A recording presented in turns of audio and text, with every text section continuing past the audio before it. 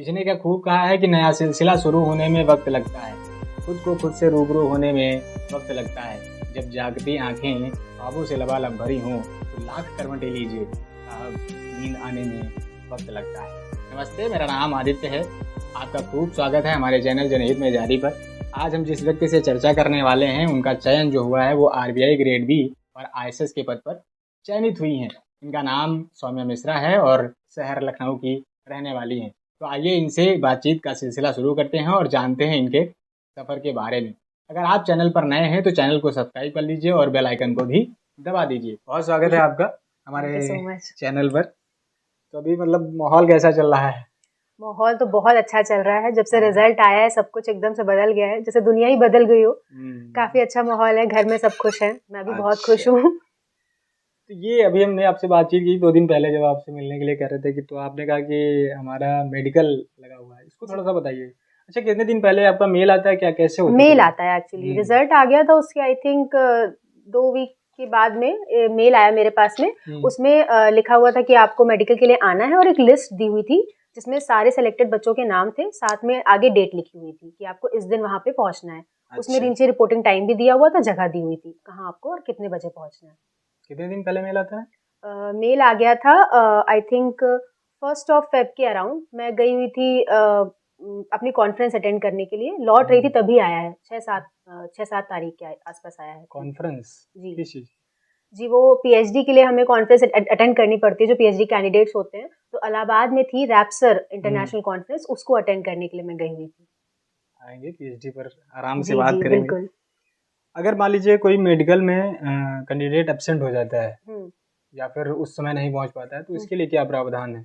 जैसे एक केस मैंने देखा था, मेरे वाले जो बैच में जो 19 तारीख का हमारा रखा गया था मेडिकल, उसमें शुभम केसरवानी नाम का एक कैंडिडेट था जो मतलब उसकी डेट वो उस दिन नहीं आ सकता था, उसके घर में कोई फंक्शन था, तो उसने वहां बात कर ली थी कमीशन में और उसने अपना प्रीपोन करा लिया था, पहले ही जाके उसने मेडिकल करा लिया था। तो अगर डेट को लेके इशू हो तो वहां पे हो जाता है एडजस्ट, ये तो मैंने देखा वहां पे। तो हाँ, मेडिकल में तो ऐसा कोई रिजिड नहीं है कि आपको उसी तारीख को पहुंचना है। अगर कोई प्रॉब्लम हो तो आप बात कर सकते हैं कमीशन से। अच्छा, ये मेल के थ्रू होता होगा कि मतलब मेल कर देंगे और वहाँ से वो कंफर्म करेंगे? अब इसका मैं एग्जैक्टली नहीं कह सकती कि उसने क्या प्रोसीजर फॉलो किया होगा, लेकिन कॉलिंग का भी ऑप्शन है, जो एक्सटेंशन नंबर है यूपीएससी का, इंडियन स्टैटिस्टिकल सर्विसेज का, उस पर कॉल करके भी बात की जा सकती है।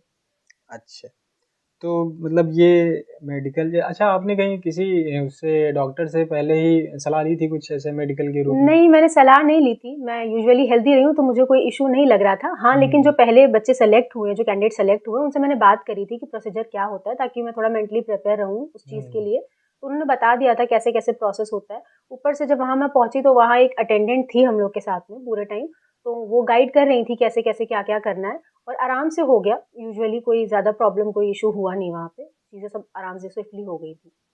अच्छा अच्छा, ये जानना चाहते हैं कि जैसे कि मान लीजिए किसी को पैर में या हाथ में या उंगली में नॉर्मली हो सकता है फ्रैक्चर कभी ना किसी के अनुसार, तो हम ये टर्म जानना चाहते हैं क्या क्या चीज़ें जो हैं वो आपको बारीकी से समझनी चाहिए मेडिकल के दौरान कि ये प्रॉब्लम हुई तो ये हो सकता है, उसको थोड़ा सा बताइए। क्या क्या दिक्कतें अगर हुई उसको लेकर के आप पहले से अवेयर हो सकते हैं, वो थोड़ा सा बताइए। अब जैसे मेडिकल के पहले मैंने जिन लोगों से बात करी थी, उन लोगों ने मुझे ये कहा था कि अपनी हेल्थ का बहुत ध्यान रखना।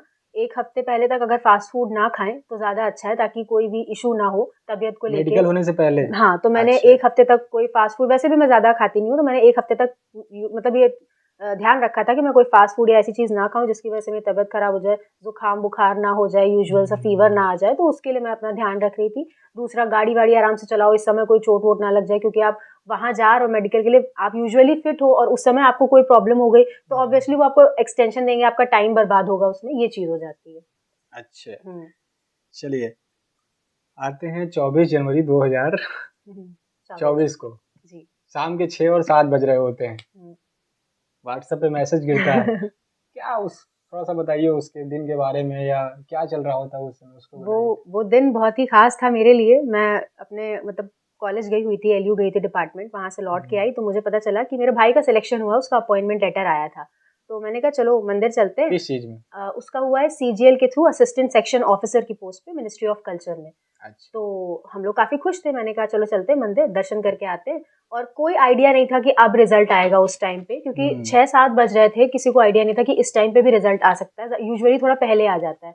तो वहां पहुंचे और मंदिर के बाहर हम प्रसाद ले रहे थे और उसी समय मेरे फोन पे PDF आया। तो मुझे बहुत घबराहट सी हुई, मैंने कहा मैं नहीं देखूंगी देखते हैं, जो भी अगर रिजल्ट अच्छा होगा तो किसी ना किसी का कॉल जरूर आएगा मेरे पास में। मैंने सोच लिया मैं रिजल्ट खुद नहीं देखूंगी। फाइनली अंदर दर्शन करने गए, भगवान के सामने खड़े थे और उसी समय मतलब एक बैचमेट थी उत्कर्षा, फ्रेंड थी मेरी, उसका फोन आया कि दी आपका सिलेक्शन हो गया, जूनियर है वो मेरी। तो उसकी वो एक लाइन सुन के आगे कुछ सोच ही नहीं पाई, इतना रोई हूँ वहीं भगवान के सामने बैठ के कि फाइनली मतलब सुन लिया भगवान ने, इतने साल की मेहनत मेरी सफल हो गई। भाई बहुत खुश था, घर पे भी कॉल आ गए, मम्मी को पता चल गया। जब तक मैं मंदिर से लौट के आई देखा कि हाँ मम्मी को पता है, वो भी रो रही हैं। अच्छा। और सब बहुत इमोशनल हो गए। पापा को फोन करके बताया, वो बाहर थे। बहुत ही अच्छा माहौल हो गया उस समय। फिर अगले दिन सबने बहुत सेलिब्रेट किया, भाई ने और जो भी रिलेटिव्स यहाँ आसपास है सब आए। मेरे मामा तो उसी दिन शाम को आ गए थे, तो मिठाई वगैरह लेके, तो उन्होंने बहुत सेलिब्रेट किया। नेक्स्ट डे मेरे चाचू वाचू सब आ गए, सारे लोग रिलेटिव्स, बहुत एंजॉय किया सबने। और नेक्स्ट डे ही RBI का रिजल्ट आ गया जब हम सेलिब्रेट कर रहे थे, तो वो सोने पे सुहागा। जी बिल्कुल, और बहुत ज्यादा सबको खुशी हुई। तो बहुत अच्छा लगा, बहुत अच्छा माहौल है। तब से ही घर में बहुत ज्यादा एक अजीब सा सुकून है दिल में कि फाइनली जो इतनी मेहनत करी थी वो सफल हो गई। आएंगे, मेहनत पर भी आएंगे जी। लंबा सफर रहा है। ये क्या परिवर्तन नजर आया उसके बाद, मतलब उस रात के बाद चीजें मेंटली होता है ना कि स्टेबिलिटी एकदम से मिल गई, उस चीज पर थोड़ा सा बताइए। जैसे उस रात की बात करूं तो मुझे रात भर नींद ही नहीं आई, मैं 3 बजे तक जगती रही हूँ। मेरे घर में कोई नहीं लगभग सो रहा था, मैं और मेरा भाई लगातार बातें कर रहे थे। और 3 बजे हम जब लेटे भी हैं तो आंखें ऐसे खुली थी जैसे सारी नींद उड़ गई हो, बहुत खुशी हो रही थी। और आगे के सपने सोच के, जैसे जो पुराने बच्चे सेलेक्ट हुए हैं, जो कैंडिडेट सेलेक्ट हुए हैं, उनका देखती थी कि वो ट्रेनिंग पे गए, उन्होंने ऐसा ऐसा किया, मतलब वाइस प्रेसिडेंट से उनकी मीटिंग हो रही, प्रेसिडेंट से उनकी मीटिंग हो रही है। तो एक मिनट जी, पता ये चला हमको कि आप इंस्टाग्राम अभी वो चालू किए हैं, तो हाँ पता बिल्कुल कैसे चलता था फिर? वो मुझे, जो मेरे कुछ फ्रेंड्स थे, जो मतलब बहुत क्लोज फ्रेंड्स थे, जैसे ये हम बता देते हैं, ये साहब ऐसे लोग हैं कि जो है इंस्टाग्राम अभी जो है मतलब डाउनलोड किए हुए हैं, मतलब ये धन्य लोग हैं जी। मैं किसी भी सोशल मीडिया साइट पे नहीं थी। 2017-18 में मेरा फेसबुक और सारे अकाउंट हुआ करते थे, पर जब मैंने प्रिपरेशन शुरू करी तो मैंने सारे अकाउंट्स बंद कर दिए, और जब अब सिलेक्शन हुआ है तब वापस से शुरू किए थे। इस बीच लेकिन कुछ फ्रेंड्स थे जो व्हाट्सएप के थ्रू कनेक्टेड थे। बीच में तो मैंने व्हाट्सएप भी बंद कर दिया था, लेकिन जब PhD में एनरोल हुई तो मैंने वापस से अपना शुरू किया। तो उनकी कुछ फोटोज देखने को मिल जाती थी, उनके पर्सनल स्टेटस वगैरह पे। और यूट्यूब पे आ जाते थे कुछ वीडियोज, जैसे अस्तित्व रंजन सर का मैंने चैनल फॉलो किया हुआ था टेलीग्राम पे। हाँ, तो ये मेरे ही बात कर रही हैं। हाँ, आपका भी मतलब मैंने वीडियो वगैरह बहुत देखे हुए हैं, तो वो यूट्यूब चैनल मैंने फॉलो कर रखे थे। आपने जैसे शिवांगी दी का वीडियो लिया है, और हिमांशी के साथ में आपने किया था, और नितेश सर के साथ में, तो मैंने वो सारे वीडियोस देखे। तो उसके थ्रू देखते देखते पता चल जाता था कि वहाँ क्या चल रहा है। तो जब मैं सोचती थी कि अब मुझे वो मौका मिलेगा, उस रात को मैं यही सोच रही थी, तो बहुत खुशी हो रही थी, और आंसू भी बहे जा रहे थे और खुशी भी समेटी नहीं जा रही थी, ऐसा था। फ्लैशबैक में कुछ चला, मतलब वो चीजें जब पूरा सफर सामने आ गया था। पूरा सफर तो मेरा तभी सामने आ गया था जब मेरा रिटर्न का रिजल्ट आया था। उसी दिन मुझे ऐसा लग रहा था कि फाइनली वो जो मैंने रात रात भर जग के पढ़ाई की थी, जो इतना मैंने खुद को बार बार पुश किया था कि एक बार और ट्राई कर लेते, एक बार और ट्राई कर लेते, वो फाइनली काम आ ही गया मेरे। हम इस पर थोड़ा आएंगे कि थोड़ा सा इस पर ISS और आरबीआई में कौन सी उस रैंक मिली है फिर? 17, दोनों में ही 17 रैंक। दोनों में 17 रैंक। तो इस पर हम बात करेंगे कि आरबीआई, पहले ISS की स्ट्रेटजी पर थोड़ा सा बात करेंगे कि क्या चीज़ें रहती हैं, क्योंकि आपने बताया कि 19 में शायद स्टार्ट किया हुआ था आपने प्रिपरेशन, और फिर 2024 में फाइनल मतलब रिजल्ट, 23 का रिजल्ट 24 में आया, 23 तक चला आपका। तो इस पर स्ट्रेटजी बेस हम चाहते हैं कि आप ईयर टू ईयर थोड़ा सा इस पर बताइए, क्योंकि स्ट्रेटजी बहुत लोगों के पास है। हम ये जानना चाहते हैं क्या क्या गलतियां हो रही थी आपसे, क्योंकि होता ना कि हम गलतियों से ही सीखते हैं, चीज़ें इम्प्रूव करते हैं। उसको थोड़ा सा बताइए कि 2019 का जब आप देने गई, वहाँ से स्टार्ट करिए कि क्या चीज़ें होती हैं। 2019 में मैंने जैसे सारे नोट्स गैदर करना, सारी चीज़ें पढ़ना, मैंने पहली बार उसकी प्रिपरेशन शुरू करी थी। इतना अच्छे से आइडिया नहीं था, लेकिन जो सिलेबस था उसको फॉलो करके मैं तैयारी कर रही थी। लेकिन वो सफिशिएंट नहीं था। उस बार जब मैंने अटेम्प्ट दिया तो मुझे ऐसा लगा कि पेपर 3-4 में जितना मटेरियल मेरे पास होना चाहिए, मैंने इकोनॉमेट्रिक्स में अच्छे से तैयार किया, तो मुझे लग रहा था मेरे पास लैक ऑफ रिसोर्सेज है। तो मैंने उसके बाद में रिसोर्सेज पे थोड़ा ध्यान देना शुरू किया था, और उस रिजल्ट से मुझे उम्मीद ज़्यादा थी, नहीं हुआ तो मैं थोड़ा अंडर कॉन्फिडेंट बहुत हो गई थी, और 20 की तैयारी मैंने अच्छे से करी नहीं, इसलिए मैं उसको तो बिल्कुल ही काउंट नहीं करती मेरे अटेम्प्ट में, क्योंकि जब आप देने जा रहे हो, आपको पता है कि आपका नहीं होगा, तो उस अटेम्प्ट का कोई मतलब नहीं बनता। उसके बाद 21 में मैंने फाइनली नोट्स गैदर किए, वापस से प्रिपरेशन शुरू करी, मार्क्स भी इम्प्रूव हुए, लेकिन उतने नहीं इम्प्रूव हुए जितना मैं चाहती थी।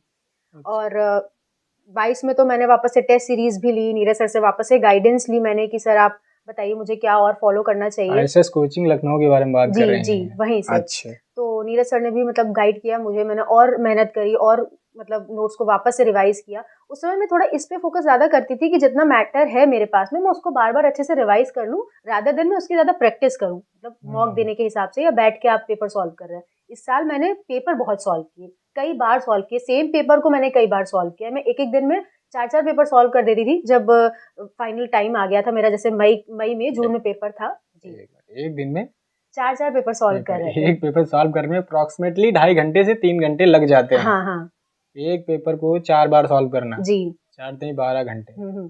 नहीं, मैं ऐसे करती थी कि जैसे पेपर 1-2 का एक एक पेपर मैंने सॉल्व किया, फिर पेपर 3-4 का एक एक पेपर सॉल्व किया, उसके बाद मैं एनालाइज करती थी कि चारों पेपर में मैंने कौन सा टॉपिक है जिसमें मैं लैग कर रही हूँ, और एनालाइज मतलब अपने आप करती थी कि खुद ही करते थे। मतलब इतनी बार पेपर दिया था तो जैसे आप आंसर देखते हो ना दोबारा, तो आपको लगता है कि आपने ये चीज मिस कर दी, इसमें ये चीज नहीं ठीक से लिखी है, या फिर आपको उस आंसर में इतना लिखना ही नहीं था जितना आपने लिख दिया है। कई बार जैसे हम पेपर 3 में देखते हैं जो कंपलसरी क्वेश्चन होते हैं उसमें इतना लिखने की जरूरत नहीं है, एक तो पेपर में जगह कम होती है, एक ही पेज का रहता है, उसमें दो इधर करिए इधर करिए, उसमें ये मैनेज करना कि हम अच्छा कंटेंट कम में कैसे लिखें, ये बहुत जरूरी होता है।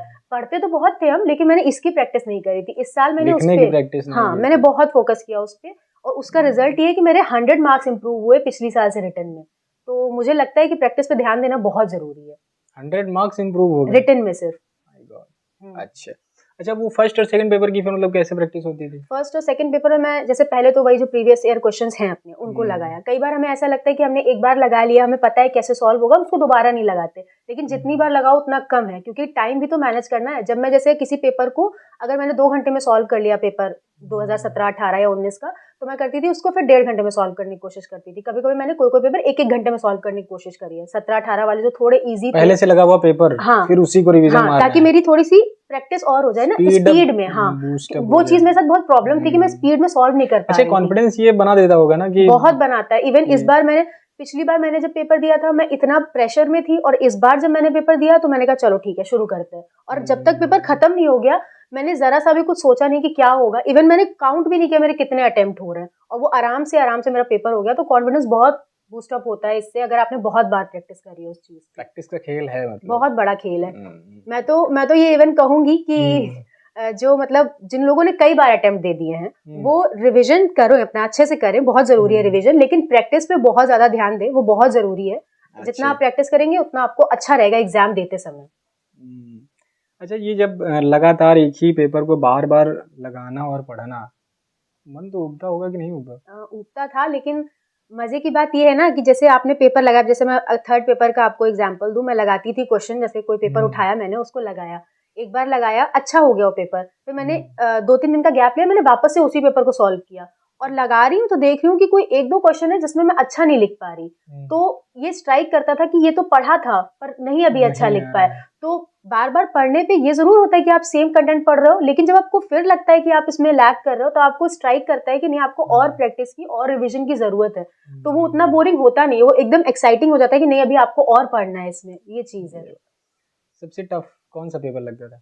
सबसे टफ मुझे पहले तो पेपर 3 लगा था शुरुआत में, जब मैं उसमें अच्छा नहीं कर पाई थी, लेकिन 2022 में मुझे पेपर 1 से डर लगने लगा, क्योंकि ऐसा लग रहा था कि जैसे चाहे जितनी प्रैक्टिस करो वहां पे अच्छा नहीं परफॉर्म कर पा रहे हैं। तो उसके लिए भी मैंने पेपर 1 पे बहुत फोकस किया था, पेपर 2 ठीक ठाक हो जाता था, और 3 का इस बार ये भी फायदा मुझे मिला कि मैं PhD करी थी इकोनॉमेट्रिक्स से, तो वो पोर्शन मेरा बड़ा स्ट्रांग हो गया था पढ़ते पढ़ते।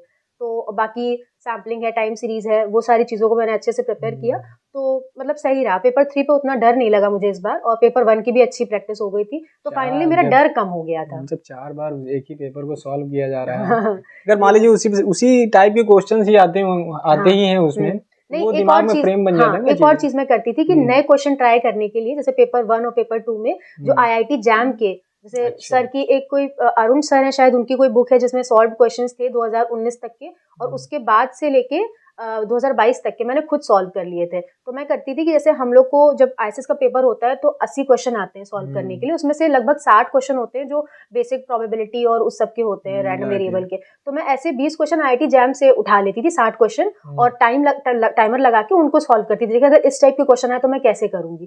तो वो अलग पेपर बन जाता था सॉल्व करने के लिए। ऐसे ही मैंने पेपर 3-4 के लिए जब वो जो आईएएस के ऑप्शनल पेपर होते हैं स्टैटिस्टिक के, उसमें से क्वेश्चन निकाल लिए थे प्रैक्टिस करने के लिए। तो नए क्वेश्चन भी हो जाते थे और मतलब प्रैक्टिस भी हो जाती थी और थोड़ा सा कॉन्फिडेंस भी बिल्ड हो जाता था कि हाँ नए भी कर पा रहे हैं हम टाइम के अंदर, ये चीज थी। अच्छा, किसी से मतलब वो रेफरेंस लेती थी बाहर से कि कोई मतलब दोस्त या फिर सर थे, उनसे बैठकर बात होती थी कि सर ये हो रहा है, ऐसे कुछ था कि?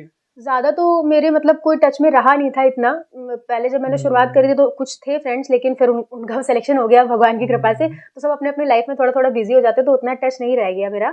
लेकिन हाँ, नीरज अवस्थी सर से मैं बीच बीच में बात कर लेती जब भी कोई प्रॉब्लम होती थी। और जब मैं 2022 मतलब 2023 का मैंने वापस जब प्रिपरेशन शुरू करी तो मिड अप्रैल से एक्चुअली शुरू करी थी। उसके पहले तक मेरा मन नहीं बन पा रहा था कि कैसे मैं दोबारा शुरू करूँ। तो उस समय मैंने वीना दी से बात करी थी, उन्होंने भी बहुत अच्छे से गाइड किया था। 2019 2021 आईएसएस वीना सिंह, जिनकी रैंक 4 आई, 2021 जी 2021 में उनका ठीक हुआ है था। ठीक। उन्होंने बहुत अच्छे से गाइड किया और उनकी बातों से भी मुझे थोड़ा कॉन्फिडेंस मिला कि नहीं एक बार और ट्राई करते हैं। और स्पेशली जो प्रैक्टिस वाली बात है ये उन्होंने ही कहा था कि सौम्या जितनी भी प्रैक्टिस कर लो कम है, तो प्रैक्टिस बहुत करना। आते हैं उस पर, इंटरव्यू के बारे में थोड़ा बहुत चर्चा कर लेते हैं कि इंटरव्यू मतलब किस प्रकार का रहता है आपका ओवरऑल, इस पर थोड़ा बताइए।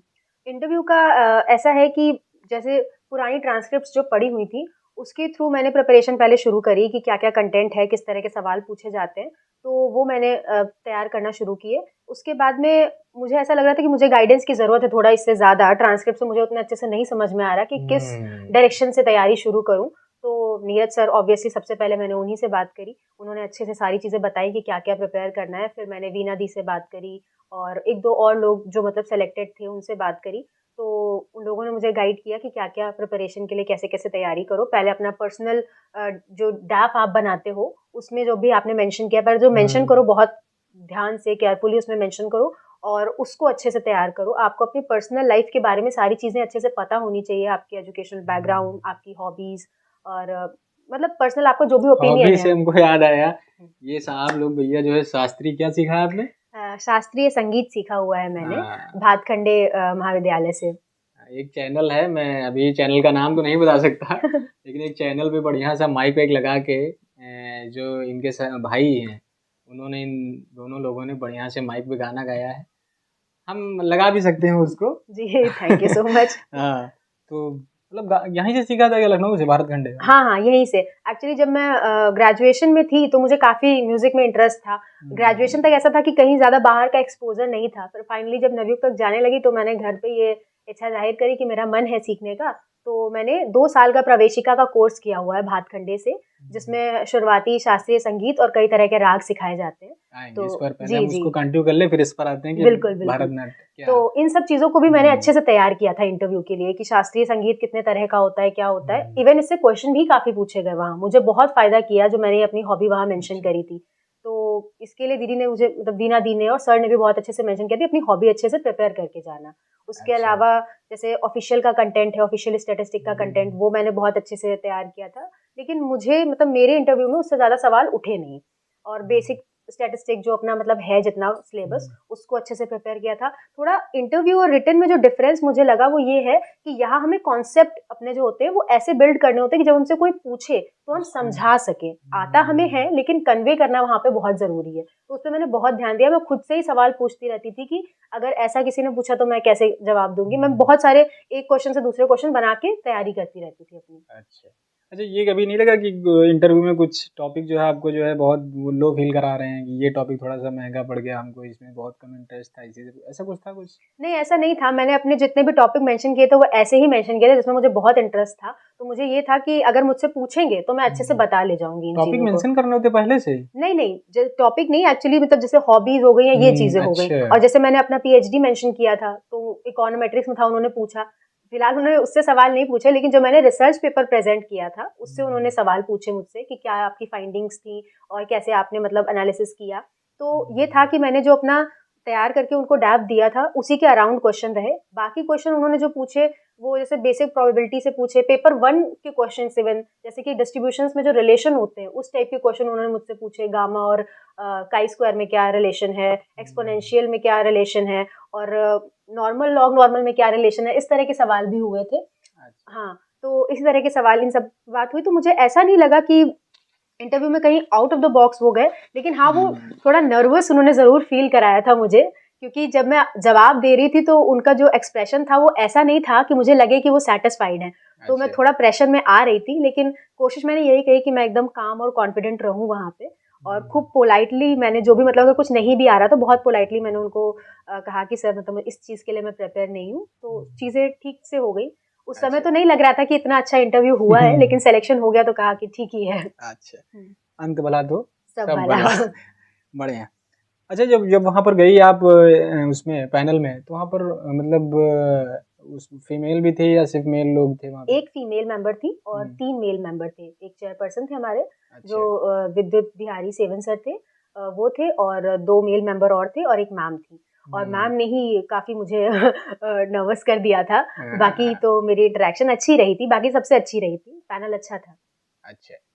अच्छा, आरबीआई का इंटरव्यू उसके बाद लगा हुआ था, जी आईएएस के इंटरव्यू हाँ, बाद? आईएसएस का इंटरव्यू था 19 दिसंबर को और आरबीआई का था 20 जनवरी को, तो 1 महीने का तो डिफरेंस था आराम से तैयारी करने के लिए, कि आरबीआई स्पेसिफिक जो भी तैयारी करनी है वो आप आराम से कर सकते थे क्योंकि उस दौर से पहले मैं केवल स्टैटिस्टिक पे ध्यान दे रही थी, मैंने इकोनॉमी और उन सब चीज़ों पे ध्यान नहीं दिया जो आरबीआई के लिए इम्पोर्टेंट है, तो 1 महीना मिल गया था, ये अच्छी चीज़ थी वहाँ पे। अच्छा, ये कितना जो है डिफरेंस रहता है इसमें आईएएस के इंटरव्यू में और आरबीआई के इंटरव्यू में? अब मेरा आईएसएस का इंटरव्यू एक्चुअली मेरा पहला इंटरव्यू था, तो मैं बहुत ज़्यादा नर्वस थी, और आरबीआई में मैं थोड़ा ज़्यादा कॉन्फिडेंट फील कर रही थी। ऊपर से वहाँ का पैनल मुझे ज़्यादा स्वीट लगा, वो लोग बहुत ही मतलब एक्स्ट्रा पोलाइट थे। यहाँ मैं थोड़ा नर्वस हो रही थी सर टीचर्स को देख के, जो भी थे पैनल मेंबर्स उनको देख के मैं थोड़ा ज़्यादा नर्वस हो रही थी, लेकिन वहाँ पे उन लोगों ने बहुत ही ज़्यादा रिलैक्स्ड फील कराया। और बात ये थी कि वहाँ पे जैसे वो सिर्फ स्टैटिस्टिक्स पे बात नहीं करते, आरबीआई के जो फंक्शंस हैं, आरबीआई की जो वर्किंग है उस पे बात करते हैं, डीएसआईएम के बारे में बात करते हैं, और उन्हें जो उनका ऐसा वहाँ पे कहा जाता है कि डीएसआईएम में जो रिसर्च में जो स्टूडेंट्स लगे होते हैं, रिसर्च स्कॉलर्स होते हैं, उनसे वो ज़्यादा इंटरेस्टेड हो जाते हैं बात करने में, तो ये चीज़ मेरे लिए प्लस पॉइंट थी। उन्होंने मेरे पेपर के बारे में काफ़ी बात करी, रिसर्च जो मैं कर रही थी उसके बारे में काफ़ी बात करी। यूजुअली ऐसा कहा जाता है कि आरबीआई में हॉबीज़ पे बात नहीं होती, पर मेरे केस में हॉबी पे भी थोड़ी बहुत बात हो गई थी वहाँ पे। तो अच्छा। वो बहुत ही ओवरऑल अच्छा इंटरव्यू रहा था। वहाँ से तो मैं निकल के काफ़ी ज़्यादा कॉन्फिडेंट और खुश फील कर रही थी। ऐसा लग रहा था कि आरबीआई में हो जाएगा। आईएएस के लिए मैं इतना श्योर नहीं थी, लेकिन आरबीआई का इंटरव्यू मेरा बहुत ही अच्छा हुआ था।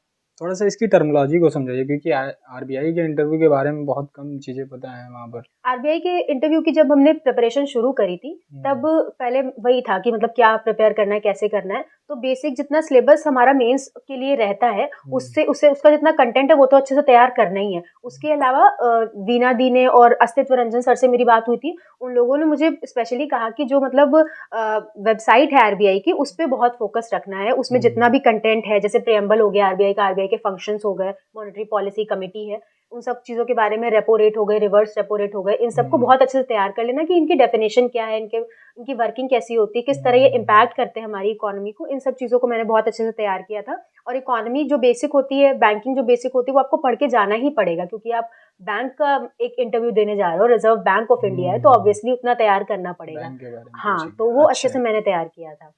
अच्छा, इसमें ये भी रहता है कि चीज़ें आपसे डायरेक्टली पूछ लेते हैं कि आपके बेसिस बताइए, डायरेक्ट एग्जांपल्स पूछ लेते हैं, ऐसा कुछ भी रहता है? आरबीआई में मुझसे जैसे एग्जाम्पल, ये एक क्वेश्चन एग्जाम्पल बेस्ड हुआ था कि किस तरह से आप ये बताएंगे कि जो आरबीआई है वो जो इंडिया की इकोनॉमी है उस पे अपना मेजर इम्पैक्ट दे रहा है, जो उनकी आरबीआई की वर्किंग है। तो बेसिकली वो मॉनेटरी पॉलिसी कमेटी की वर्किंग को समझाने के लिए कह रहे थे, तो वो जो मैंने पढ़ी थी मैंने अच्छे से समझा दी।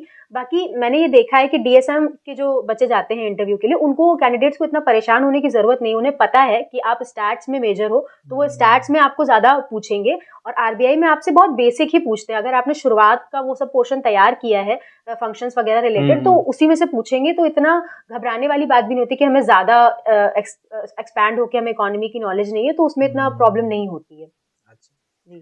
क्या बेसिक सा मतलब पैनल में क्या डिफरेंस रहता है, क्योंकि आईएएस के पैनल में आपने बताया 4 लोग थे। हाँ, और इसमें क्या रहता है? 8 लोग थे इस पैनल में आरबीआई के? हाँ, आरबीआई के पैनल में 8 लोग थे। अच्छा। हाँ, तो एक मैम थी और बाकी सारे सर थे, और जो मेन चेयरपर्सन थे जो बीच में बैठे हुए थे, उन्होंने ग्रीट किया। ऐसे तो आईएसएस में भी होता है कि चेयरपर्सन ही पहले ग्रीट करते हैं, उन्होंने ही थोड़ा बहुत शुरू अच्छा किया। ग्रेड में मतलब क्या कैसे होता है इसको थोड़ा बताओ। अब दोनों में अलग अलग था। पहले मैं आईएसएस का बता देती हूँ। जब मैं वहां गई ग्रेड, मतलब मैं एकदम लास्ट कैंडिडेट थी, मैंने एंट्री करी तो मैंने गुड आफ्टरनून उनको विश किया, तो उन्होंने कहा कि बैठ जाइए। तो मैं बैठी उनके सामने। वो बाइलिंगुअल थे, दोनों ही लैंग्वेज में बात कर रहे थे। ऐसी रिजिडनेस कोई नहीं थी कि वो इंग्लिश में ही बात करेंगे या हिंदी में ही बात करेंगे।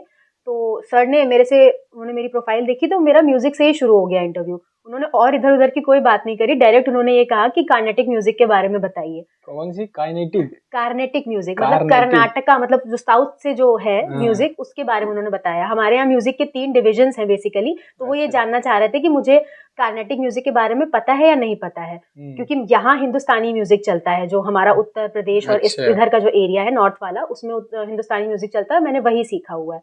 तो उन्होंने उस पर काफी देर डिस्कशन वगैरह किया। तो ये तो इसका था एंट्रेंस वाला। जब हम एंट्री की और सारी बातें हुई, उसके बाद से फिर पूरा इंटरव्यू शुरू हुआ था। आरबीआई में क्या हुआ, जब मैंने एंट्री ली तो सामने कुर्सी थी, मैंने सबको ग्रीट किया और उन्होंने बैठने को कहा, तो मैं ऐसे राइट से जाके बैठ गई यूजुअली। तो उन्होंने कहा कि आप राइट से क्यों बैठे, आप क्या ऐसा मानते हो कि राइट से बैठोगे तो आपका इंटरव्यू ज्यादा अच्छा होगा?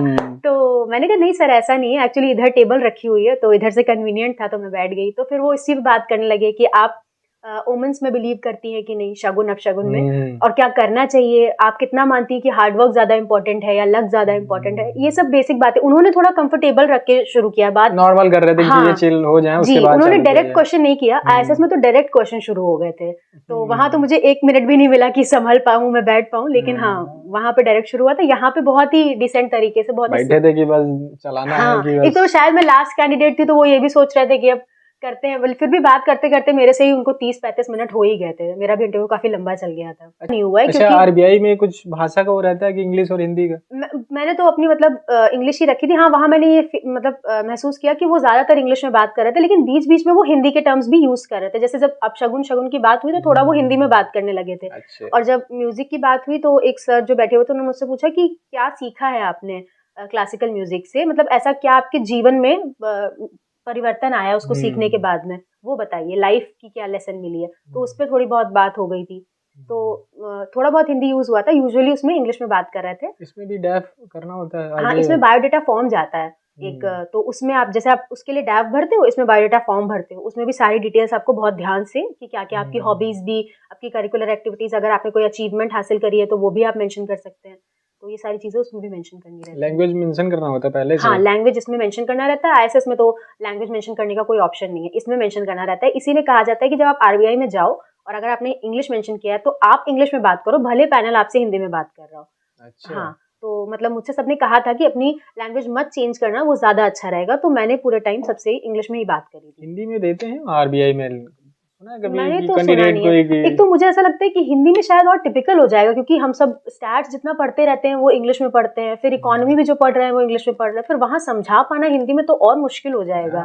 टर्मिनोलॉजी हमको बेहतर आती बोलने में, ठीक है, लेकिन वहाँ टर्मिनोलॉजी थोड़ा वो वही चीज है, हर टर्मिनोलॉजी को हिंदी में ढूंढना फिर उसको बताना मुश्किल पड़ जाएगा मेरे हिसाब से। तो आते हैं आरबीआई की स्ट्रेटजी पर थोड़ा बताइए, क्योंकि आरबीआई का ये रहता है ना कि फर्स्ट पेपर जो रहता है चीजें वो आईएसएस का लगभग हाँ, वो प्री का रहता है कि आईएसएस अगर आपको बढ़िया से पढ़ रहे हैं तो प्री का तो हल्का रहता है कि वो निकल जाता है।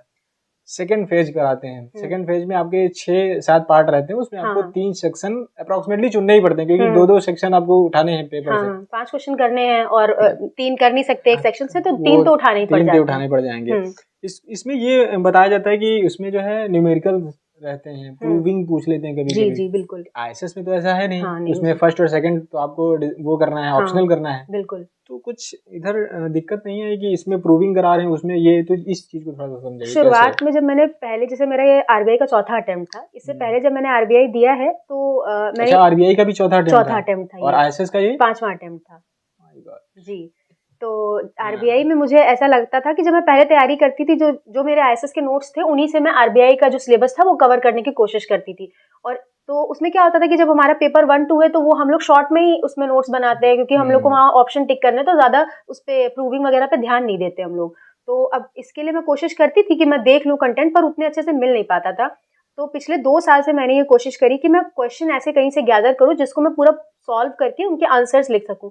तो मैं जो आईएएस के जो ऑप्शनल पेपर होते हैं उसमें जो पेपर 1-2 से रिलेटेड जो हमारा स्टैट्स का था, उसमें जो पेपर 1-2 के रिलेटेड जो ऐसे क्वेश्चन आते हैं इनको पूरा पूरा सॉल्व करना रहता है, उनको मैंने तैयार किया था। और मैं आपको बताऊं कि कुछ इन्फरेंस के क्वेश्चन जो कि आईएएस के ऑप्शनल पेपर्स में पूछे गए हैं वो आरबीआई के इसमें मेंस में आए हैं, तो उसका मुझे फायदा मिला था। इस साल तो स्पेशली मिला, पिछले साल भी मैंने अच्छा पेपर दिया था लेकिन इंग्लिश में कुछ मार्क्स कम रह गए थे तो इस वजह से क्लियर नहीं हो पाया था।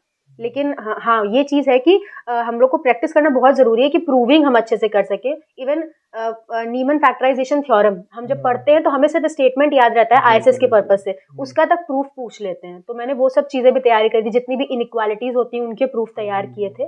तो मैंने इसको पूरा सब्जेक्टिव तरीके से ही प्रिपेयर किया था। जितना टाइम मिल जाता था आईएसएस के बाद में आरबीआई के लिए, तो उसमें मैं यही करती थी कि ज़्यादा से ज़्यादा कंटेंट ऐसा लिख लूँ सब्जेक्टिव कि जब क्वेश्चन वहाँ लिखने हो तो प्रॉपर आंसर दे पाऊँ मैं। अच्छा, प्री और मेंस के बीच में बहुत कम समय, जब रिजल्ट आता है उसके बाद में बहुत कम समय मिलता है कि आपको मैक्सिमम 1 मंथ मिलता है, इससे ज्यादा नहीं मिलता प्रिपरेशन में। पहले साल मेरे साथ यही दिक्कत हो गई थी, मैंने प्री दिया था, मुझे बिल्कुल उम्मीद नहीं थी कि मेरा आरबीआई में होगा क्योंकि उससे पहले आईएसएस का रिजल्ट आ चुका था और मैं थोड़ा डिसअपॉइंटेड थी और मैंने तैयारी ही नहीं करी मेंस की। और जब मेरा आ गया कि आपका प्री हो गया है तो मैं तैयार ही नहीं थी मेंस देने के लिए, तो थोड़ा बहुत पढ़ के जो गई तो कुछ फायदा ही नहीं हुआ उसका। तो ये चीज़ है। तो मतलब प्रिपरेशन करते समय प्री का सोच के नहीं, मेंस का सोच के प्रिपरेशन करनी चाहिए क्योंकि प्री तो हो ही जाएगा जो भी आईएसएस की प्रिपरेशन कर रहे हैं, क्योंकि ये आईएसएस के बाद ही जस्ट लगा रहता है जस्ट लगा रहता है, आपको इतना पढ़े रहते हैं कि हाँ, प्री के लिए प्री तो आराम से हो जाएगा। हाँ, सिर्फ रिवीजन हल्का हल्का मारते रहिए आप, चीजें निकल मैंने प्री के पर्पस से केवल स्टोकेस्टिक प्रोसेस का थोड़ा पोर्शन देख लिया था क्योंकि वो इसमें नहीं होता आईएसएस में, तो मैंने थोड़ा देख लिया था कि अगर कुछ बेसिक सा क्वेश्चन आ जाए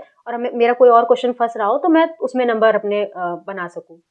इंग्लिश के बारे में थोड़ा बताइए कि क्या रहता है, क्योंकि उसको तो अरे इंग्लिश का मैं क्या बताऊं, मैं हर साल इंग्लिश का पेपर कंप्लीट करती थी और पिछले साल ऐसा हुआ कि अचानक से क्वेश्चन के जो मतलब ऐसे के जो वर्ड्स थे वो बढ़ गए। पहले हम लोग का 400 वर्ड का आता था, अब 600 वर्ड का कर दिया गया।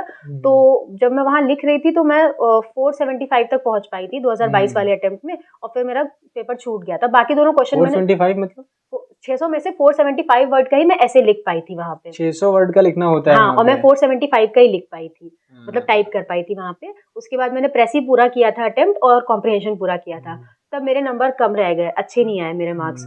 तो मैंने कहा कि चलो कोई बात नहीं। और इस साल जब मैं अटेम्प्ट करी तो मैंने ये सोचा कि 40 मार्क्स का जो ऐसे होता है अगर मैंने उसमें अच्छे नंबर बना लिए तो बाकी में थोड़े थोड़े भी मिल जाएंगे तो अच्छा रहेगा। तो मैंने पहले ऐसे अटेम्प्ट किया और पूरा 600 वर्ड का बहुत प्रॉपर ऐसे लिखा था मैंने। आत्मनिर्भर भारत से रिलेटेड आया था, कंटेंट भी मेरे पास तैयार था, तो मैंने बहुत बढ़िया ऐसे लिखा। उसके बाद मैंने प्रेस ही अटेम्प्ट किया और रीडिंग कॉम्प्रिहेंशन में मैं 2 ही क्वेश्चन कर पाई और मेरा टाइम खत्म हो गया। तो मुझे लग रहा था कि पेपर छूट गया है, कहाँ ही नंबर मिलेंगे इसमें, फिर वही प्रॉब्लम हो जाएगी। लेकिन ऐसे से मुझे अच्छे मार्क्स मिले, इस बार मुझे सबसे बढ़िया मार्क्स मिले इंग्लिश में हर बार के कंपैरिजन में। तो मुझे लगता है ऐसे पे ध्यान देना बहुत जरूरी है इंग्लिश वाले पेपर में। प्रैक्टिस करके गई थी पहले से टाइपिंग? थोड़ा बहुत करी थी, बहुत ज्यादा तो नहीं, ज्यादातर ध्यान मेरा इसी पे रहता था स्टैट्स करने में। लेकिन जब मैंने पिछली बार देखा कि मेरे मार्क्स कम हो गए थे तो मैंने 1-2 बार ऐसे लिखने की कोशिश करी थी। दूसरा ये था ना, इस बार पीएचडी के चक्कर में मैंने रिसर्च पेपर पूरा टाइप किया था, तो मेरी टाइपिंग स्पीड थोड़ी बढ़ गई थी पहले से, तो वो चीज मुझे वहाँ पे हेल्प मिली थी उस चीज की। अच्छा, वहाँ पर जो वो सिस्टम मिलते हैं वो बढ़िया? हाँ, सही होते हैं, ठीक होते हैं, अच्छे होते हैं। मतलब ऐसा नहीं होता कि आपका कीबोर्ड नहीं चल रहा है या कोई प्रॉब्लम है। और अगर कुछ होता भी है तो वहाँ जो अटेंडेंट्स होते हैं वो तुरंत ही, जैसे एक मुझे याद है स्टूडेंट के साथ में कुछ प्रॉब्लम हुई थी तो तुरंत उन्होंने कीबोर्ड उसका चेंज कर दिया था, दूसरा उनके पास में जो रखा हुआ था, तो वो तुरंत अटेंड भी करने के लिए रेडी रहते हैं, ऐसा कोई प्रॉब्लम होती नहीं है, सही रहता है वहाँ का हिसाब। सेकेंड फेज में जो आपने बताया डिस्क्रिप्टिव था, उसमें मतलब कौन कौन सी चीज पोर्शंस आपने उठाए थे? इस बार जैसे हर बार क्या होता था कि 18 क्वेश्चन आते थे, उसमें से 5 करने रहते थे। इस बार 24 क्वेश्चन आए थे। एक सेक्शन इम्प्रूव एक्स्ट्रा आया था जो कि इकोनोमेट्रिक्स का था। हर बार इस बार जोड़ा गया है? जी 24 क्वेश्चन आए थे इस बार। बहुत ही कम लोगों ने इस पर ध्यान दिया था क्योंकि जब मैं अटेंड कर रही थी क्वेश्चन तो मैंने पहला सेक्शन तो हमारा प्रोबेबिलिटी और सैम्पलिंग का होता है, तो वो हो गया। उसके बाद दूसरा सेक्शन हमारा इन्फरेंस का होता है, स्टैटिस्टिकल इन्फरेंस का। तीसरा सेक्शन जो हमारा होता है वो लीनियर मॉडल और टाइम सीरीज रिलेटेड उसमें क्वेश्चन आते हैं। और एक मल्टीवेरिएट का सेक्शन होता है, एक स्टोकेस्टिक प्रोसेस का सेक्शन होता है। हाँ, और लास्ट एनए वाला होता है। उसके अलावा एक इकोनोमेट्रिक्स का भी सेक्शन था जिसमें हेटेरोसिडासिटी से रिलेटेड क्वेश्चन पूछे गए थे। तो ये वो मेरे फायदा हो लिए गया आपका। वो मेरे लिए ये पहले से पता था कि नहीं आएगा? पता था। ये इस बार बढ़ा तो ये पढ़ के तो गई नहीं होगी। तो इतनी बार तो पढ़ा था कि वहां तो हाँ, कोई वो प्रॉब्लम तो नहीं हुई। एकदम हाँ, जो है वहां कोई प्रॉब्लम नहीं हुई। वहां जब मैंने देखा इवन मैं बहुत खुश हुई कि मुझे मतलब इतना अच्छा हेटेरोसिडासिटी का क्वेश्चन था, मैंने सबसे पहले उसको अच्छे से अटेम्प्ट किया। मैंने मतलब इस बार का पेपर इतना अच्छा तब तो दिया बहुत था, इजी हो गया चीजें। बहुत इजी तो हो गया। छह हो गए आपके सेक्शन, उसमें से 3 इस उठा के बार करने हैं। आरबीआई में यही हुआ कि जो स्टैट्स का पेपर था वो सभी का अच्छा हुआ है। जो वेरिएशन आया वो इंग्लिश के पेपर की इंग्लिश वजह के से। पेपर में जी, आया। अच्छा, टफ आ गया था क्या? टफ क्या आगे तो वही है, कंप्लीट नहीं हो पाता ना। कंप्लीट नहीं हुआ, हाँ, लिखने की 600 वर्ड का ऐसे स्पीड। लिखते लिखते ही टाइम हो जाता है। कई लोगों ने अगर कॉम्प्रिहेंशन और प्रेसी कंप्लीट कर लिया तो उनका ऐसे नहीं कंप्लीट हो पाया। कई लोगों ने ऐसे कंप्लीट कर लिया अच्छा, टाइप कॉम्प्रिहेंशन। पूरा करना है? हाँ, कुछ ये नहीं कि आपको लिखने को कुछ भी नहीं हो, पूरा टाइप। टाइप कर। ऊपर से उसमें मतलब जो वो होती है विंडो, वो बड़ी कॉम्प्लिकेटेड सी होती है। अगर आपको चेक करना है कि आपका ऐसे में कोई मिस्टेक तो नहीं है, तो उसको ऊपर नीचे करना, स्क्रॉल या राइट और लेफ्ट ये करने में तो बहुत है। प्रॉब्लम हो जाती है। तो उसमें भी अगर टाइम वेस्ट हो रहा है तो वो आपके लिए मतलब नुकसान ही है आपका उसमें। अच्छा, मान लीजिए उसमें स्पेलिंग गलत हो रही है, ये कैसे चेक करोगे आप, क्योंकि आप इतनी स्पीड से लिख रही हैं। हाँ, तो पूरा आपने लिख दिया, फिर आप ही को चेक करना है, या फिर आप लिखते लिखते चेक करते रहो, ध्यान दो कि आपकी कोई गलती तो नहीं हो रही है। ये मायने रखती हैं गलतियां छोटी छोटी? मान हाँ, लीजिए मायने स्पेलिंग रखती है। गलत हो गई है, हाँ, छोटी क्योंकि गलत हो गई। जब आपका ऐसे चेक होता है, सबसे पहले यही चेक होता है कि आपने वर्ड लिमिट में रखा है कि नहीं, दूसरा आपकी कोई स्पेलिंग एरर तो नहीं है, फिर आपकी ग्रामेटिकल एरर, फिर आपका कंटेंट कैसा है। इस तरह से चीजें चेक होती हैं उसमें। तो अगर आपने अच्छा, ग्रामेटिकल एरर ज्यादा करी है तो मार्क्स तो कटेंगे। ये चीजें मिनिमम मतलब एरर मान के छोड़ दिया जाता है कि हाँ इतना हाँ, टाइपिंग इतना, में। हाँ, जो भी मतलब उनका क्राइटेरिया तो एग्जैक्टली मुझे भी नहीं पता, लेकिन हाँ, इन हम्म, चीजों का ध्यान रखने के लिए कहा जाता है कि स्पेलिंग मिस्टेक ना हो, ग्रामेटिकल एरर्स ना हो।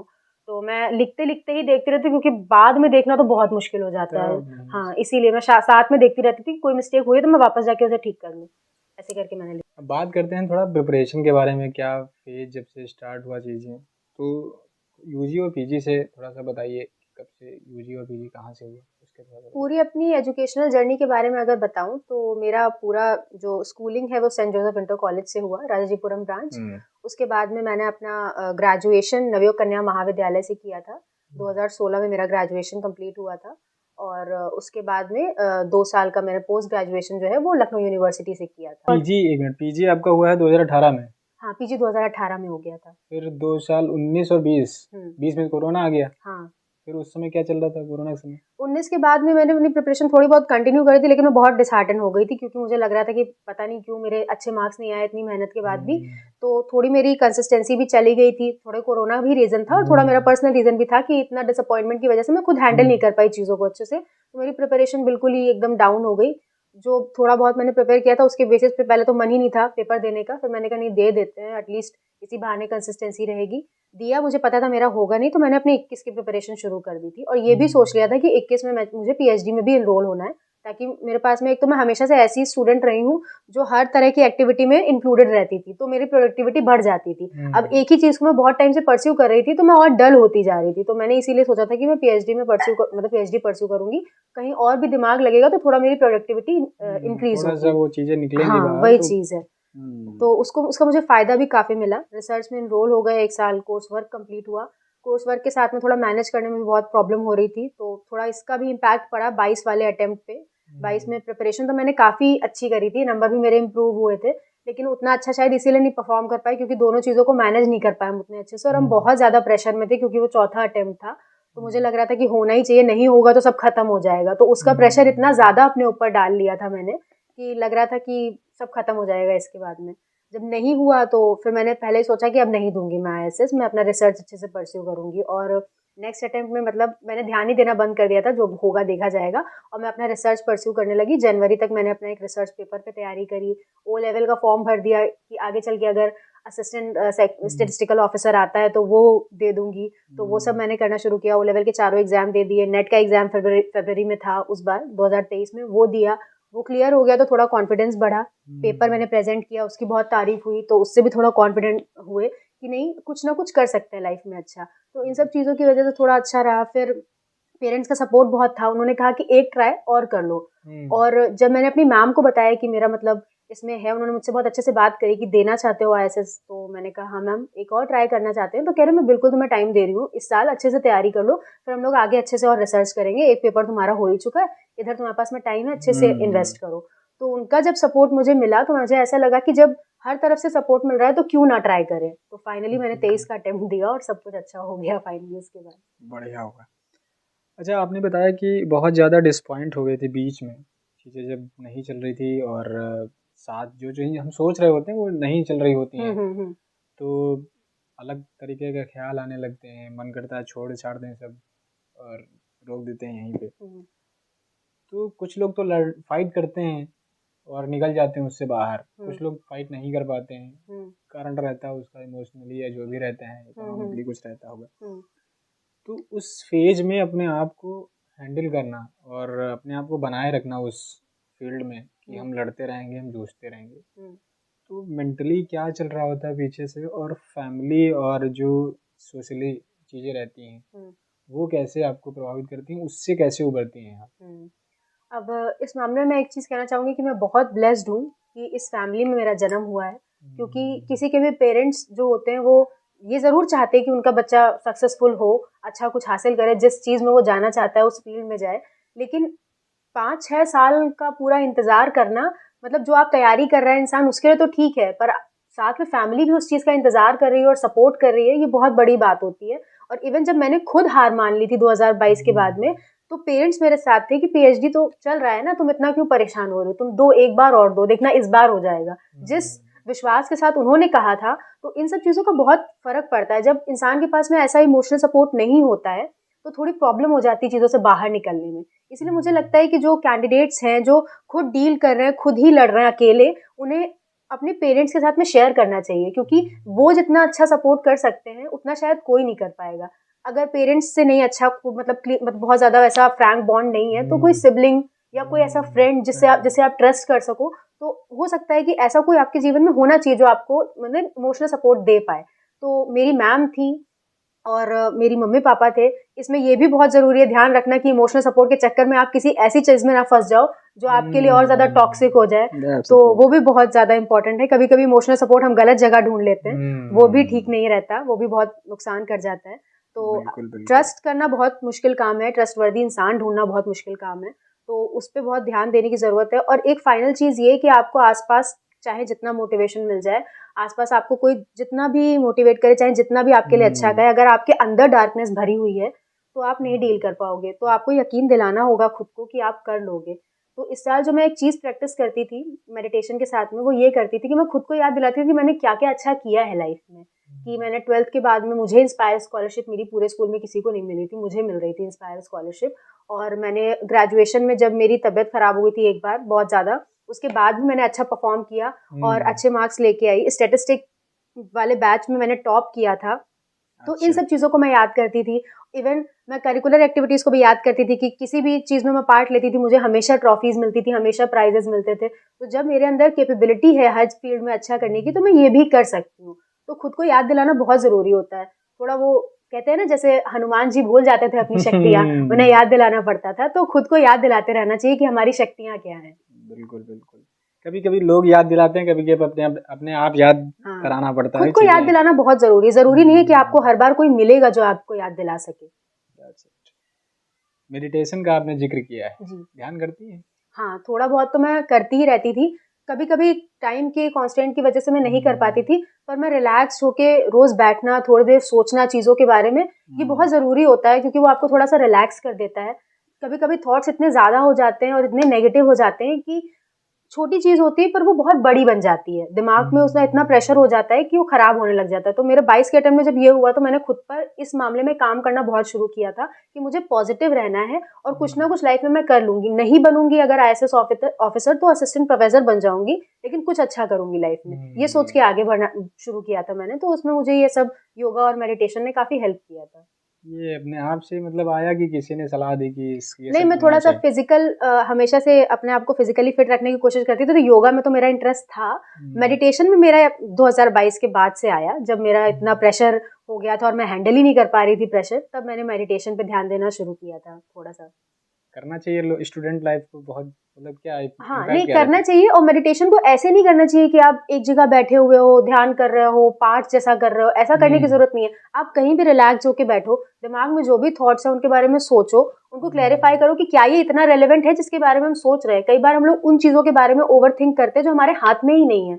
अब रिजल्ट मैंने जैसे जब 2023 का पेपर दिया, उसके बाद आरबीआई का पेपर देने से पहले मैं ये सोच रही थी इसमें सिलेक्शन होगा कि नहीं होगा, और बहुत ज़्यादा परेशान हो रही थी। फाइनली जब मेडिटेट किया और सोचा कि मेरे हाथ में कुछ नहीं है, आगे देखते हैं, तो मतलब कई सारी चीज़ों को लेकर क्लैरिटी मिल जाती है। तो ये चीज़ हम मेरे हिसाब से ज़रूरी है, सिंपल तरीके से करना चाहिए, बहुत ऐसे नहीं कि फॉलो कर रहे हैं योगी की तरह, जितना आप कर पाओ उतना अच्छा है। जितना बस में हो उतना हाँ, जो है उतना चीजें अच्छा है। करना चाहिए। चीजें नहीं चल रही थी तो साथ में कुछ परीक्षाएं भी चल रही थी इधर से उधर, जैसे लोग देने लगते हैं एसएससी और ये हाँ, सब, तो मैंने एसएससी वैसे तो कभी नहीं दिया, लेकिन इधर जब बहुत सारी वैकेंसीज आई थी 2023 में जब शुरुआत में हाँ। हुआ है, तो मेरा भाई एक्चुअली देता था, मतलब उसने शुरू किया था देना, पहला अटेम्प्ट उसका था, तो उसने मेरे से बोला चलो साथ में तैयारी शुरू करते हैं, और मैंने आईएसएस को छोड़ दिया था उस समय रिजल्ट आने के बाद में। तो मैंने एसएससी की तैयारी करी थी, और आई थिंक 1 दिसंबर 2022 को मेरा पेपर था, और मैंने वो प्री दिया था, मेरा प्री क्लियर हो गया था, लेकिन मेंस के पहले एसएससी सीजीएल। हाँ, एसएससी सीजीएल का अच्छा। प्री क्लियर हो गया था मेरा, हम्म। पर मेंस के पहले मेंस मेरा पड़ा था मार्च फर्स्ट वीक में, आई थिंक 2 या 3 मार्च को, और उधर मेरा ये इसका नेट का पेपर भी था और मेरी प्रेजेंटेशन भी थी, और मैंने कुछ तैयारी नहीं कर पाई थी मेंस की, तो मैंने फिर मेंस नहीं दिया था। प्री मेरा क्लियर हुआ था, लेकिन मेंस मैंने दिया नहीं, और मुझे पता था मैं देती तो भी नहीं हो पाता, क्योंकि मैंने प्रिपरेशन ही नहीं करी थी अच्छे से। फिर मैंने अच्छा। अपना आईएसएस पे ध्यान देना शुरू कर दिया उसके बाद से। बढ़िया। सोशली इफेक्ट किस प्रकार से पड़ता है चीज़ें, क्योंकि आप एक महिला कैंडिडेट है ना, तो एक माता पिता पर भी प्रेशर रहता है आजकल समाज में, ये बढ़ चलता है ना कि लोग अगर महिला पढ़ रही है, उम्र भी हो रही, तो जाहिर सी बात है कि उसके प्रेशर बनता है कि शादी के लिए। तो आप सोशली कैसे चीज़ों को, या क्या प्रभाव पड़ रहा था जो पढ़ भी रहा था, तो उसको आपके परिवार या आपकी फैमिली किस प्रकार से आपको सपोर्ट करती थी, और उस सोशली को आप किस प्रकार से हैंडल करती थी? पहले तो इसको बताइए कि क्या प्रभाव पड़ता था, जो पड़ता था उसको कैसे हैंडल करती थी? अब जैसे मैं बताऊं कि पिछले साल मेरी जो बहुत क्लोज फ्रेंड्स थी स्कूल की, उनकी शादियां हो गई। तो अब उनकी शादियां, उससे पहले इतना नहीं था, जब उनकी शादियां हो गई तब सब आसपास जो मतलब रिलेटिव्स थे, जिन्होंने देखा कि मैंने फोटोज वगैरह डाली, वो कहने लगे कि अब मतलब मुझे घर का नाम शालू है, तो मम्मी से सब पूछने लगे कि शालू की शादी कब कर रही हो, उसके लिए कब देख रही हो लड़का, ये वो। तो मुझे बहुत वियर्ड लगता था कि वो सब मुझसे थोड़ी थोड़ी उम्र में बड़ी भी थी, और उनकी लाइफ का सिचुएशन अलग थी, मेरी लाइफ की सिचुएशन अलग है, इतना क्यों मेरे पीछे पड़े हैं। माता जी रो रही हैं, हमको लग रहा है। थोड़ा सा इमोशनल हो गई हूँ। तो उस चीज को लेके मैं मतलब काफी ज्यादा परेशान हो जाती थी कभी कभी, कि इतना मेरी लाइफ के पीछे लोग क्यों पड़े, जब मेरे पेरेंट्स मुझे देख रहे हैं। ऐसा तो है नहीं मेरा खर्चा उन्हें उठाना है, तो इतना क्या मैं किसी को खटक रही हूँ अगर मैं अपने ही घर में हूँ। तो काफी बुरा लगता था इस चीज का, लेकिन यहाँ पे मेरे पेरेंट्स ने हमेशा शील्ड की तरह काम किया।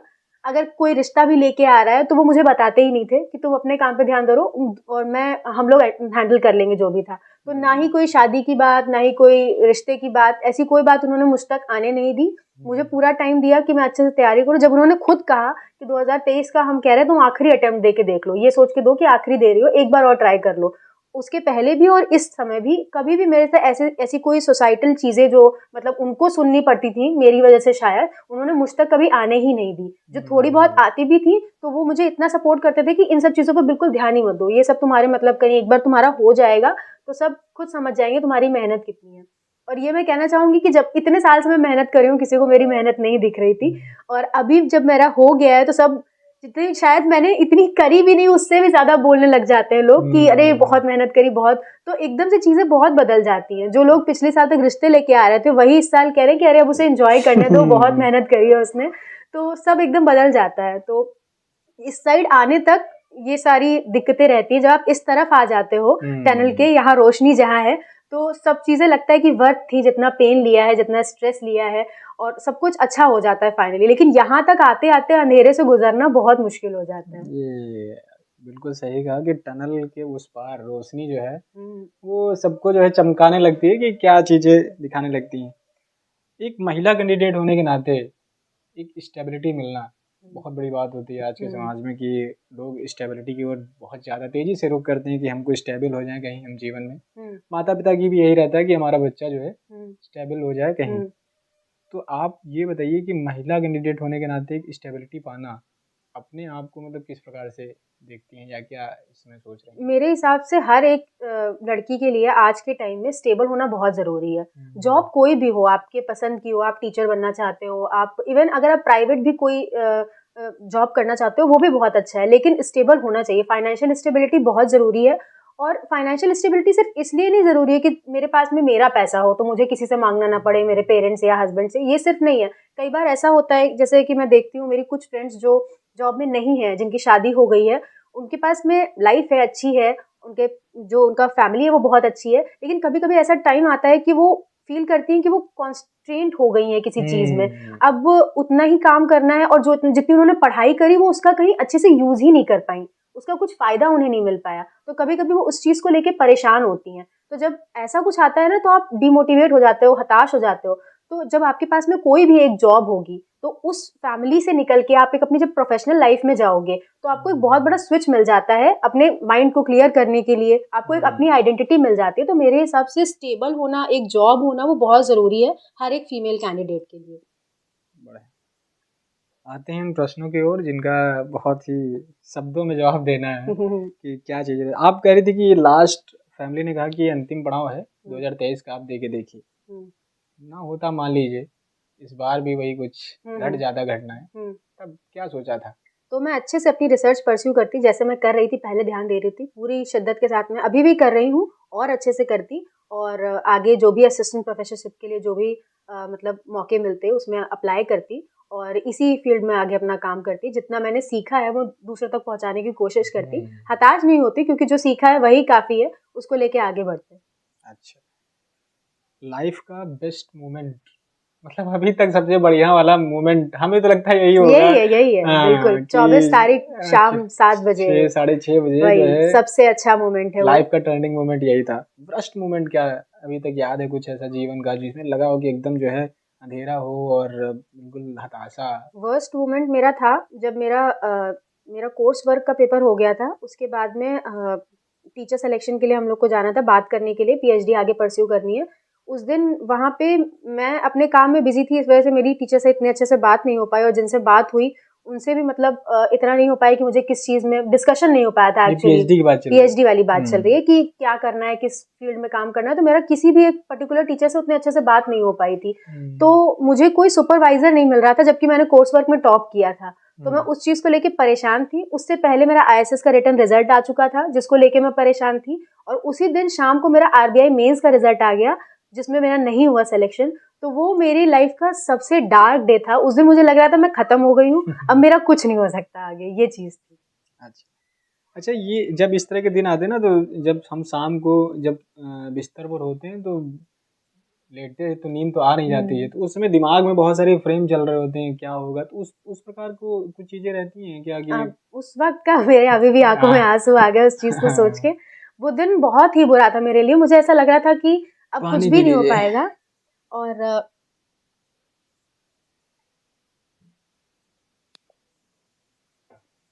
पहली बात तो मैंने होप छोड़ दी थी, ये सोच लिया था कि अब आईएसएस तो नहीं ही देना है, आईएसएस या आरबीआई, क्योंकि मेरा हो ही नहीं सकता। 4 अटेम्प्ट तक नहीं हुआ, 4 आईएसएस के हो गए थे, 3 आरबीआई के हो गए, तो मैंने कहा मेरा अब हो ही नहीं सकता, कोई चांस ही नहीं है कि मेरा होए, क्योंकि जिसका होना होता है 1-2 अटेम्प्ट तक हो जाता है, 3 तक हो जाता है, मेरा तो बहुत हो गया। तो मैंने सोचा था अब आगे नहीं देना मुझे, और ऊपर से मुझे पीएचडी में भी आगे कुछ समझ में नहीं आ रहा था कि मैं क्या करूँगी, क्योंकि मेरे पास कोई सुपरवाइजर नहीं था, मुझे पता नहीं था मुझे करना क्या है, तो मैं बहुत परेशान थी।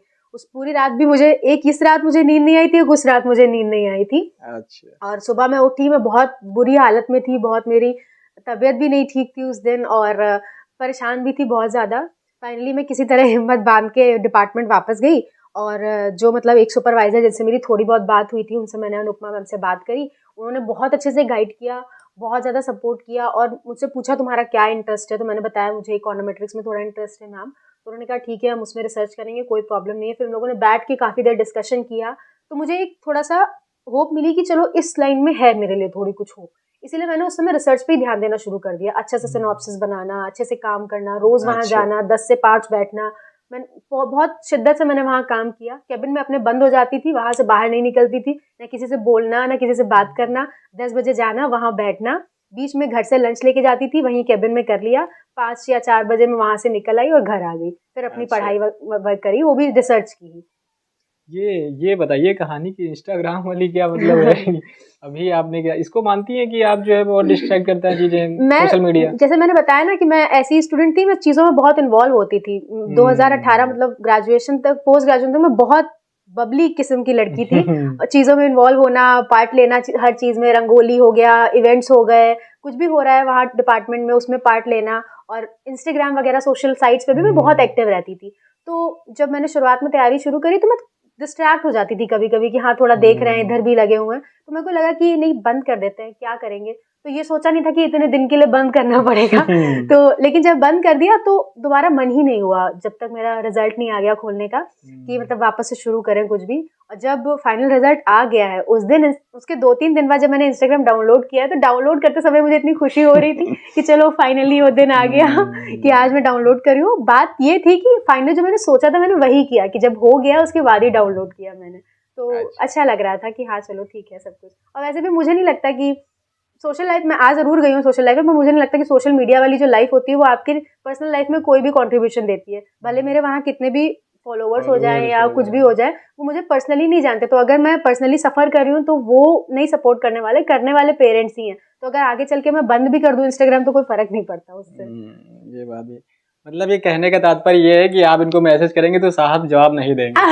नहीं ऐसा नहीं है, अगर आप जेन्युइनली कुछ पूछना चाहते हो आईएसएस से रिलेटेड, मैंने बहुत लोगों को इवन वहां बात भी करी इंस्टाग्राम पे, बहुत लोगों से जो जेन्युइनली कुछ पूछ रहे थे। लेकिन समझ में आता है कि आप जेन्युइनली पूछना चाहते हो या आपको कोई आइडिया नहीं, आप ब्लंटली कुछ भी ऐसे कह रहे हो। अगर मुझे जेन्युइन लगेगा मैं जरूर रिप्लाई करूंगी। हवा में फेंक रहे हैं बातें। हाँ, तो कोई आइडिया नहीं, आप एकदम से पूछ रहे हो कि आईएसएस कैसे बने, तो इसका तो कोई सेंस नहीं बनता। अगर आप प्रिपरेशन कर रहे हो, ये आईएसएस कैसे बने, हाँ मतलब कुछ लोगों ने ऐसे भी सवाल किए तो कैसे बनते हैं आईएसएस, तो अब इसका मैं क्या जवाब दूं। अगर आपने, अरे आप पहले बात तो आप स्टैट्स की फील्ड से हो कि नहीं, आपको आईएसएस का पता है कि नहीं, इतना तो बंदा अपने ही लेवल पे सर्च कर लेता है कि क्या है ये एग्जाम।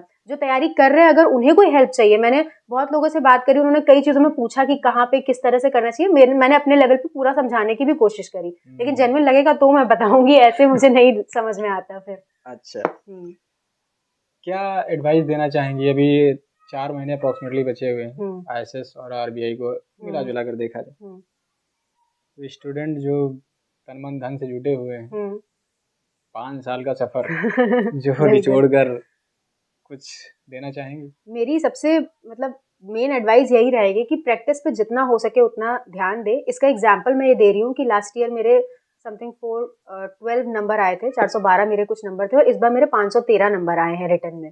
100 नंबर मेरे सिर्फ प्रैक्टिस से इम्प्रूव हुए हैं, इसमें और कुछ भी नहीं, क्योंकि सिलेबस वही था, कंटेंट मेरा वही था, मैंने उसमें कुछ कंटेंट भी नहीं बढ़ाया इस साल। मैंने बहुत प्रैक्टिस करी है, रिगरस प्रैक्टिस की है। तो प्रैक्टिस यहाँ बहुत ज़्यादा फायदा करेगी। जब आप एग्जाम लिखने बैठोगे आपका कंटेंट इंप्रूव हो जाएगा, राइटिंग स्किल्स बढ़िया हो जाएंगी, आपकी स्पीड बढ़ जाएगी ऑब्जेक्टिव पेपर सॉल्व करते समय। तो अब ये जो लास्ट का टाइम बचा है, जितना है आपके पास कंटेंट उतना रिवाइज कर लीजिए और उसकी अच्छी प्रैक्टिस कर लीजिए, उतना काफ़ी रहेगा आपको वहाँ पे अच्छे मार्क्स दिलाने के लिए। चलिए यहीं पर अंत करते हैं इस संवाद का। बहुत ही आनंदित रहा, बहुत ही कुछ जानने को हमको भी मिला, क्योंकि मैंने पहली बार ऐसे कैंडिडेट से बात की है जो 5 साल का सफ़र लंबा तय किया हो, इतने उतार और चढ़ाव वो जीवन का रहता है सफ़र। फिलहाल इसी को यहीं पे विराम करते हैं। बहुत बहुत धन्यवाद आपका, आप हमारे चैनल पर आए और हमसे बढ़िया से बात किया। बहुत खुशी हुई मुझे भी चैनल के साथ में जुड़ के। तो अगर आप कोई भी चीज़ें अगर आप जानना चाहते हैं, और भी चीज़ें हो सकती हैं, आपके मन में प्रश्न हो सकते हैं, तो आप बढ़िया से मैसेज में टाइप कर सकते हैं। समय मिलने पर आपको जवाब दे दिया जाएगा। चलिए, नमस्ते।